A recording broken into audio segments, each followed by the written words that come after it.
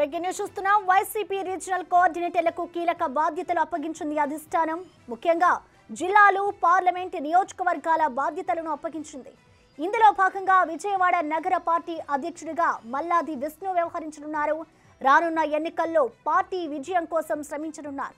ఇక ఒంగోలు పార్లమెంట్, ఉమ్మడి నెల్లూరు కోఆర్డినేటర్గా చెవిరెడ్డి భాస్కర్ రెడ్డిని వైసీపీ అధిష్టానం నియమించింది. అటు గుంటూరు, నర్సరావుపేట, బాపట్ల కోఆర్డినేటర్గా విజయసాయిరెడ్డి బాధ్యతలను అప్పగించింది. ఉమ్మడి విశాఖ డిప్యూటీ రీజనల్ కోఆర్డినేటర్గా గుడివాడ అమర్నాథ్ను వ్యవహరించనున్నారు. కర్నూలు, నంద్యాల పార్లమెంట్ కోఆర్డినేటర్గా రామసుబ్బారెడ్డి నియమితులయ్యారు.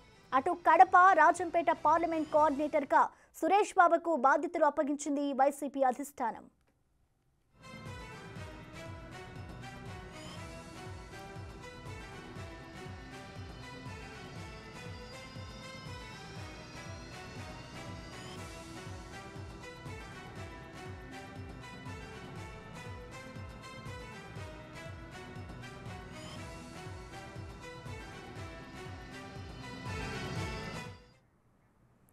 దీనిపై మరింత సమాచారాన్ని మా ప్రతినిధి శివ అందిస్తారు. శివ, ప్రసన్న, మొత్తం మీద చూసుకుంటే వైఎస్ఆర్సీపీ ఇప్పటికే అసెంబ్లీ, లోక్సభ అభ్యర్థుల మార్పులు చేర్పులతో శరవేగంగా 6 జాబితాను విడుదల చేసింది వైఎస్ఆర్సీపీ.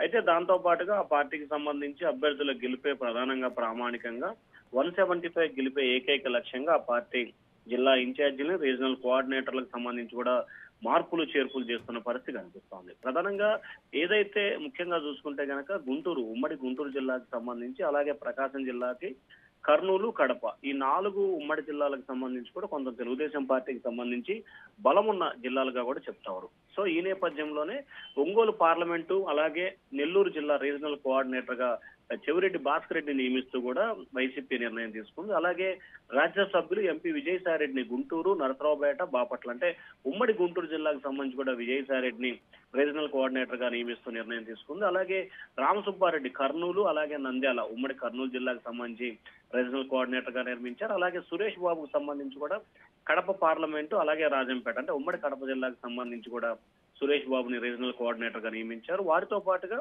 విశాఖ ఉమ్మడి జిల్లా డిప్యూటీ రీజనల్ కోఆర్డినేటర్ గా మంత్రి గుడివాడ అమర్నాథ్ని, అంటే ప్రస్తుతం అక్కడ రీజనల్ కోఆర్డినేటర్ గా వైవి సుబ్బారెడ్డి ఉన్నారు. ఆయనకు అసిస్టెంట్ గా రీజనల్ కోఆర్డినేటర్ సంబంధించి కూడా ఆయన అనుబంధంగా పనిచేస్తూ నిర్ణయం తీసుకుంటారు. అలాగే విజయవాడ నగర అధ్యక్షుడిగా ఇటీవల బొప్పన భవకుమార్ వైసీపీకి రాజీనామా చేయడంతో కూడా విజయవాడ సెంట్రల్ ఎమ్మెల్యేకి సంబంధించి మల్లాది విష్ణుకి ఇటీవల టికెట్ నిరాకరించిన నేపథ్యంలో విజయవాడ నగర పార్టీ అధ్యక్షుడిగా మల్లాది విష్ణు నియమిస్తూ కూడా పార్టీ అధిష్టానం అయితే నిర్ణయం తీసుకుంది. మొత్తం రీజనల్ కోఆర్డినేటర్లతో పాటు పలు మార్పులు చేర్పులు చేస్తూ వైసీపీ ప్రభుత్వానికి అయితే సంబంధించి దానికి అనుగుణంగా నిర్ణయాలు తీసుకోవాలి. అభ్యర్థుల గెలుపురే ప్రామాణికంగా ఉంటూ కూడా కీలకమైన వ్యక్తులకి ఆ జిల్లా బాధ్యతలు అప్పగిస్తూ ఆ పార్టీ నిర్ణయం అయితే తీసుకుంది. Prasanna, thank you Shiva.